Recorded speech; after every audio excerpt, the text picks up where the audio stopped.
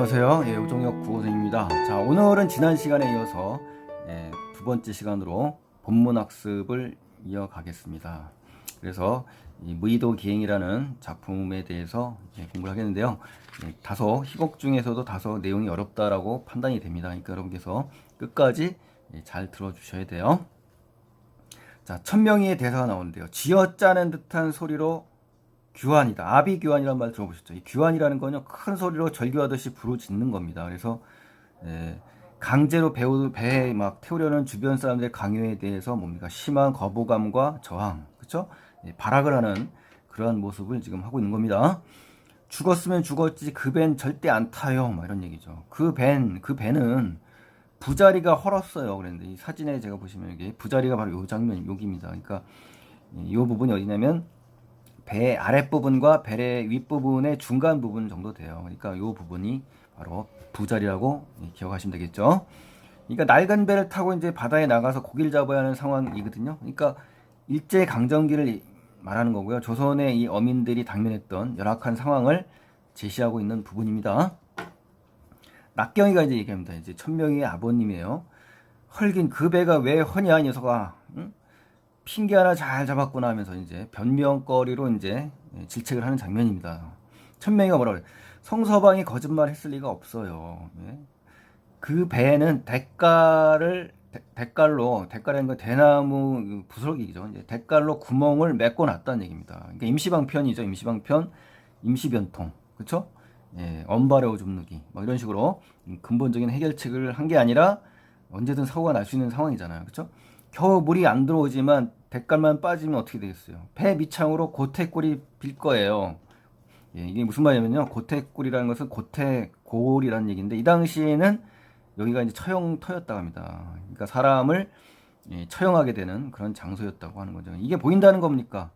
공동묘지, 즉 죽으러 가는 지옥의 길이 보인다는 얘기입니다. 그러니까 죽음으로 갈 수밖에 없다라는 얘기죠. 그러니까 골로 간다는 말 나오시죠. 여기서 나온 겁니다. 골로 간다는 게 죽게 된다는 얘기입니다.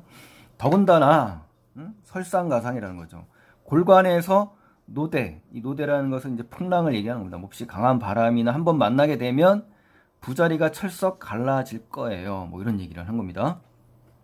이놈아, 그건 구주부가 널 배에 못 타게 하려고 꾸며서 한 소리야. 그러니까 여기서 구주부가 나오는데요. 이 구주부는 앞에 강의에서도 얘기했지만 천명이를 바다로 보내지 않고 자기 딸과 함께 살기를 바라는 그러한 인물입니다. 그래서 서로의 욕망에 의해서 어떻습니까? 바다로 보내느냐 안 보내느냐의 싸움이 되는 거죠. 갈등이 이제 있는 거죠.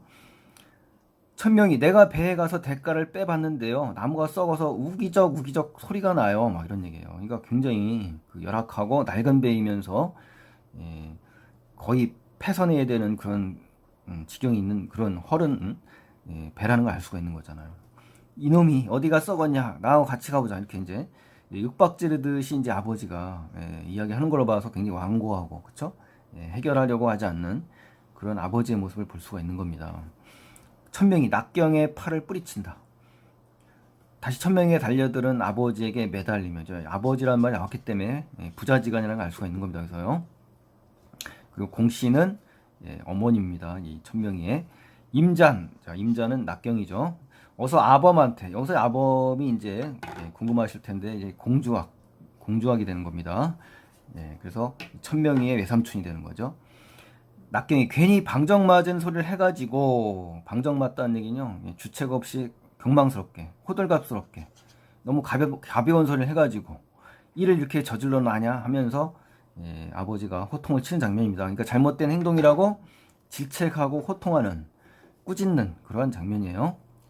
낙경이는 이제 중얼중얼거리며 공주학, 즉 처남이죠.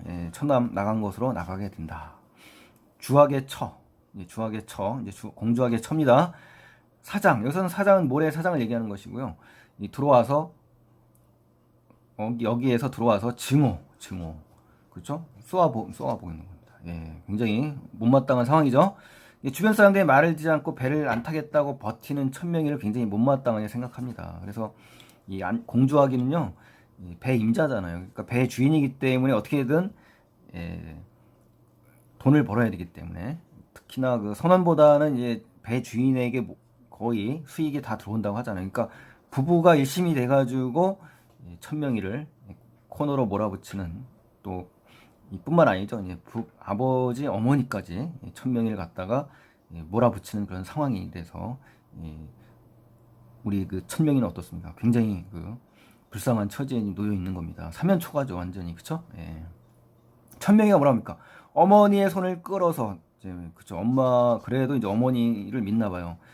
자기 뺨에다 비비며. 굉장히 그 이런 면에서 이제 모성애가 있고요. 또 절실하고 애틋한 모습이 이제 드러나잖아요. 그쵸? 어머니 하면서. 육지에서 버나, 바다에서 버나 돈만 벌면 마찬가지 아니냐. 그쵸? 예. 어디로 가든 뭐 결과는 똑같이 돈만 벌면 되지 않냐. 뭐로 가도 서울만 가면 되지 않냐. 뭐 이런 식이잖아요. 그쵸?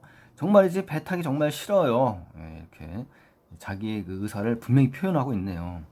천명을 떠다 밀며, 그런데 왜 이놈아 어저께는 탄다고 했니? 하는 거예요. 그건 엄마가 너무 불쌍해서 그랬어요. 애미 불쌍한 줄 아는 놈이 항구 상점은 왜 나왔니? 왜 나왔어? 그러니까 1년도 안 돼서 이제 우리 그 주인공 천명이가 항구에서 정착하기 위해서 가마복고, 당시에는 이제 가마복고라고 하는데요. 이 오뎅 가게죠, 요즘에. 어묵 가게에서 1년도 못 돼서 사직을 했다고 합니다. 이걸 두고서 이제 엄마가 이야기하는 거죠. 공부해가지고요, 트럭 운전수 시험 보려고 나왔더랬어요. 이렇게 얘기하는 거야. 그러니까 이 기술을 배워가지고 육지에 완전히 정착하고 싶다라는 이야기를 한 겁니다. 절대 바다에 나가고 싶지 않다는 얘기예요. 내깐 놈이 무슨 재주로 운전수를 들어가 하면서, 저는 경인 트럭 운전수가 조수로 써준다고 했어요. 그래서 자리가 나는 대로 넣어줄 테니 기초 공부 열심히 하라고 이렇게 했기 때문에 공부를 했어요. 뭐 이런 얘기입니다. 공 씨가 거짓말 마라 이놈아 하면서 이 모자지간에도 굉장한 불신감에 지금 놓여 있는 장면입니다. 그래서 서로 어때요? 모자간에 불신감이 팽배했기 때문에 서로 믿질 않는 거죠. 지금이라도 항구만 가면, 이 항구가 바로 정착의 그 상징적인 장소예요. 벌써 자리가 났을지도 몰라요.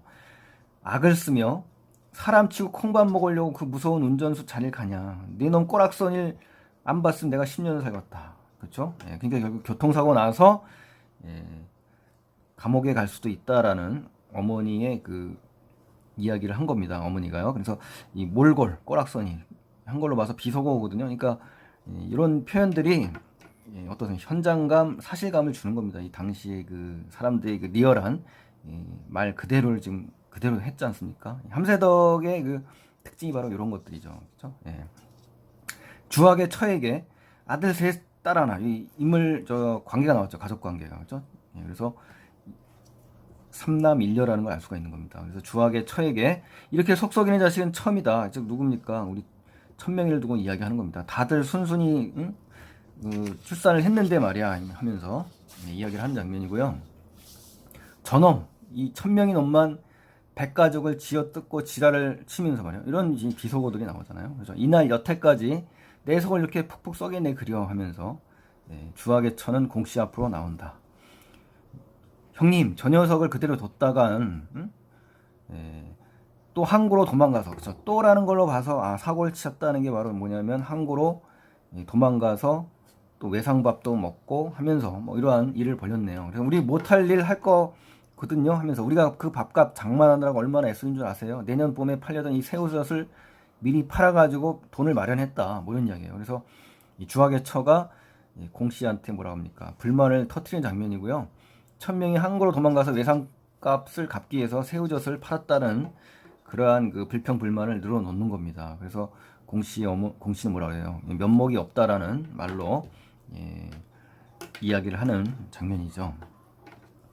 주학의 처는 뭐라 합니까? 저 담 밑에 보니까 보퉁이 보시구려, 보퉁이, 보따리, 보찜을 얘기하는 거군요. 그러니까 결국 뭡니까? 또 도망갈 수 있다라는 것을 암시하는 거죠. 그래서 설마 그러려 했었는데 보퉁이가 발견되면서 어머니께서는 경악, 놀라움을 머금지 못하는 거죠. 그렇죠? 그러니까 서스라치게 놀라는 장면이 나오는 거고요.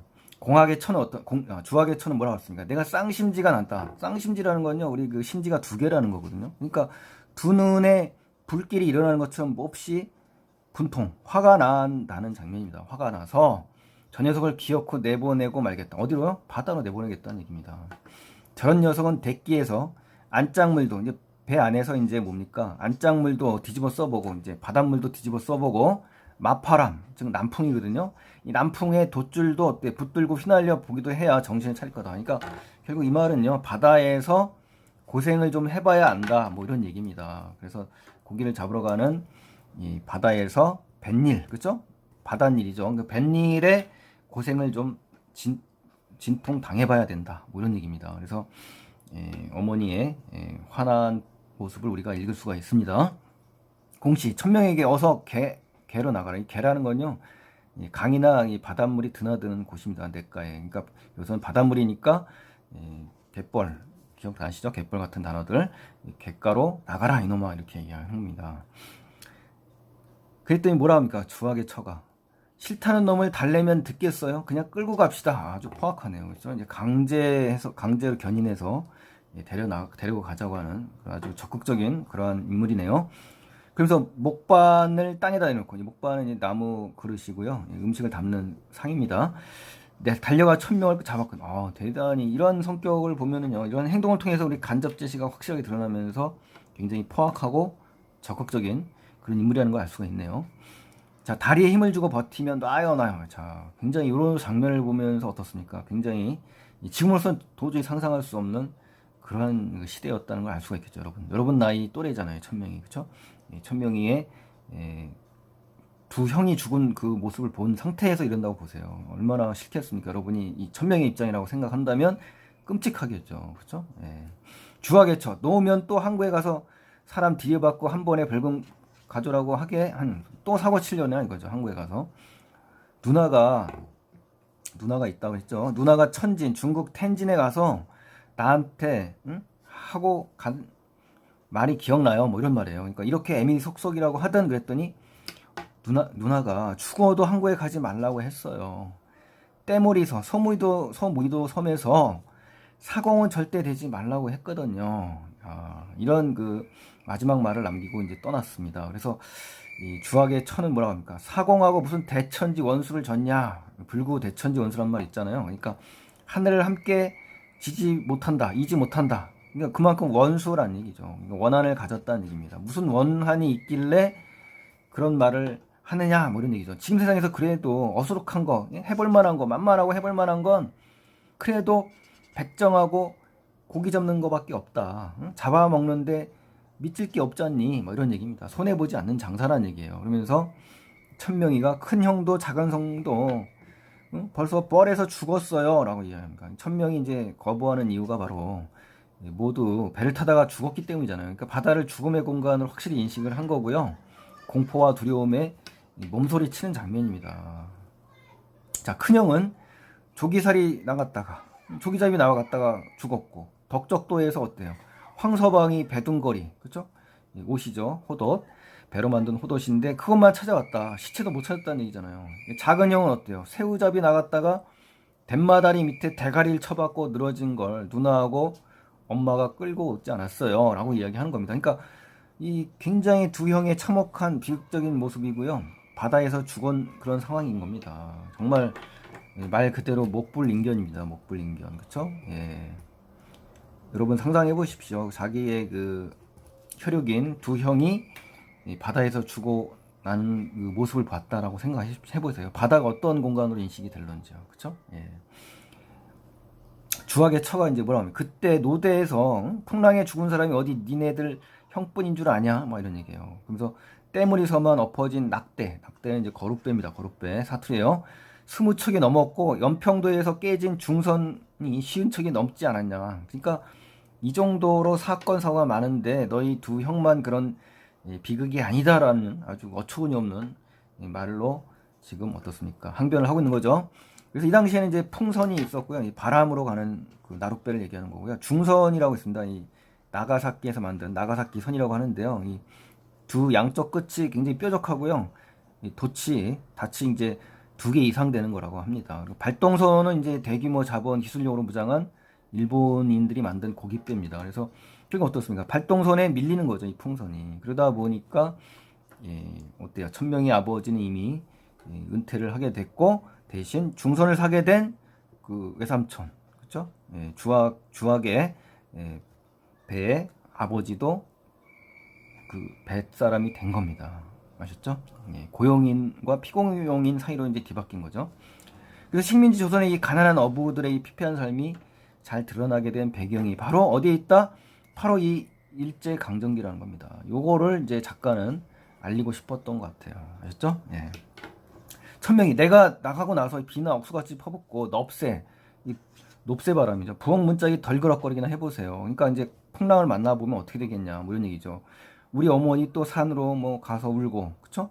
울고 불 거 아니에요. 그러면 그런 거예요. 난 배 타면 속이 울렁거려서 그러는 게 아니에요. 어머니가 울고 댕기는 게 진절머리가 나서 그래요. 진절머리. 진저리가 난다. 속어거든요. 몸소리가 친다. 넌덜머리가 난다. 뭐 이런 얘기입니다. 그래서 안 간다. 효자잖아요. 효자. 그쵸? 예. 너 같은 애물단지. 애물이라는 것은 뭐 애를 태우는 그런 사람을 얘기하는 겁니다. 그래서 하루바삐 바다에서 잡아가라고 내가 선왕님께 축수 빌겠다 이놈아 하면서 마음에도 없는 말을 어머님이 화가 나서 하신 거예요. 공씨 말은 모질게 아주 매섭고 사납게 하지만 눈에는 눈물이 나잖아요. 이 눈물이 난다는 의미는 천명에게 연민을 갖고 있는 겁니다. 그래서 어쩔 수 없는 이 가난 이걸로 말미암아 결국은 어린 자식까지도 사지에 보낼 수밖에 없는 어미의 심정을 우리가 읽을 수가 있는 거죠. 자, 이제 중략 부분입니다. 중략 부분에는 어떤 내용이냐면 천명은 이제 부모의 강요에 못 이겨 이제 배를 탑니다. 그래서 여기의 의미는요. 천명은 겨우내 이제 굶주림에 시달리려 했거든요. 가족들의 생계를 위해서 떠나기로 합니다. 두 번째는 아버지의 그물 미천이 돼서 술집으로 팔려나갔거든요. 이 누나가요. 그 누나를 데려오고 싶어서 어쩔 수 없이 배에 오르는 거죠. 결국 가족들을 위해서 나간 겁니다. 죽음의 그 공간으로요. 공씨, 아범 나간다고 하네. 자, 주학이죠. 주학이가 이제 정말 나갈 테냐라고 이제 천명에게 확인을 받는 겁니다. 그랬더니 천명이가 꺼질 듯한 소리죠. 그렇죠. 당연히 침울하겠죠. 부모의 강요에 못 이겨 싫은 배를 억지로 탈 수밖에 없는 이 절망적인 상황에 처해 있는 우리 천명이의 모습을 우리가 잘 읽을 수가 있잖아요. 그렇죠? 주학이 안짝물이 배전을 넘더라도 발시럽지 않게 이거 신고 가거라. 내가 신든 거다라고 하면서 주학이가 여기서는 이제 친절을 베푸네요. 그러면서 공씨 장화를 받아서 천명에게 신긴다. 그리고 천명 신을 신고 어머니를 따라 개로 나간다. 일동 뒤따른다. 이 무대는 텅 비었고요. 자, 판성이라는 인물이 새로 또 나오는데 이 판성이는 이 개에서 떠들며 막 달려오는 겁니다. 그러면서 내가 걸어서 천진. 자, 천진은 어떻습니까? 우리 그 천명이의 누나 천술이거든요. 거기에 못 갈 줄 알고 걸어서 못 갈 줄 알고 이런 장면을 볼 때 아마 이 판성이는 이 천술이와 결혼을 약속했던 사람인 것 같아요. 그렇죠? 그래서 꼭 한번 보고 죽을 걸 하면서 그렇죠? 판성이 가도 큰 길거리에 가서 다시 달려간다. 너무 화가 나서 분통이 터지는 거죠. 공씨 잊어버린 거나 있다는 듯이 모래사장에서 창왕이 아주 급하게 올라온다. 부엌으로 들어가더니 사발에 정화수를 떠서 소반에 받쳐 들고 나와서 사당 앞에서 실제로 가면 사당이 있습니다. 그래서 이 사당 앞에서 내려놓고 선왕님께 두 손을 비비며 추를 한다. 그렇죠? 보통 바닷가에는 다 이렇게 사당 앞에서 기도를 올리고 추로를 많이 하잖아요. 그렇죠? 천명의 무사기원을 바라는 어머니의 간절함이 드러나 있습니다. 개에서 배를 내는 벅적한 소리가 난다. 그렇죠? 노틀 할아범이 매기는 가락에 응하여 서해안 어부들의 청성이 똑똑 떠는 출범가, 그렇죠?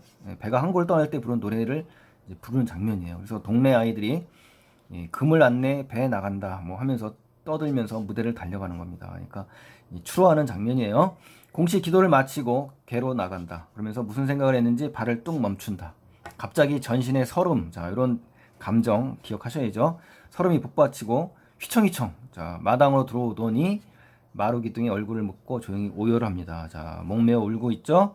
생계를 위해서 불안에 떨면서도 자식을 억지로 보내야만 하는 이 어미의 심리, 그 내적 갈등이 아주 극적으로 잘 제시되는 겁니다. 그래서 이 속에서 진정한 어머니의 마음을 우리가 읽을 수가 있는 거죠. 그렇죠?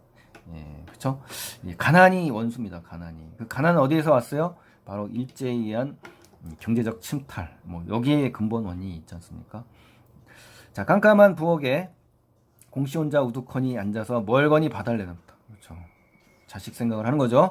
마이크를 통하여 흘러나오는 소리가 난다. 자, 여기까지가 이제 끝난 장면이고요. 이제 그 마지막으로 이제 낭독하는 장면이 나옵니다. 이 장면도 역시 중요한데요. 한번 살펴보실까요? 여기서 나는 이제 선생님이죠. 예, 천명희의 선생님이에요. 서글픈 이야기를 그만 쓰기로 하겠다. 그렇죠? 기행문 형식으로 이제 쓰는 거였으니까요. 그 입에는 동화라는 거는 이 동어라고도 합니다. 그래서 가물치가의 민물고기로 이제 숭어와 비슷해서 이제 숭어라고도 합니다. 그래서 동화를 만선하고 돌아오다가 10월 하순, 그렇죠? 상순이었는데 하순으로 바뀌었죠? 모진 노대, 풍랑을 만나서 난파가 됐다는 얘기입니다. 배가 파괴됐다는 얘기예요. 해주 수상 경찰서. 당시에는 이제 이 당시에 있는 인천이 아니라 황해도의 소속이었습니다. 우리 30년대는요. 그래서 황해도 해주 수상 경찰서에 호출장을 받고 공주학과 낙경이 달려갑니다. 공주학과 낙경이 달려가서 1000명의 시체를 찾아왔어요.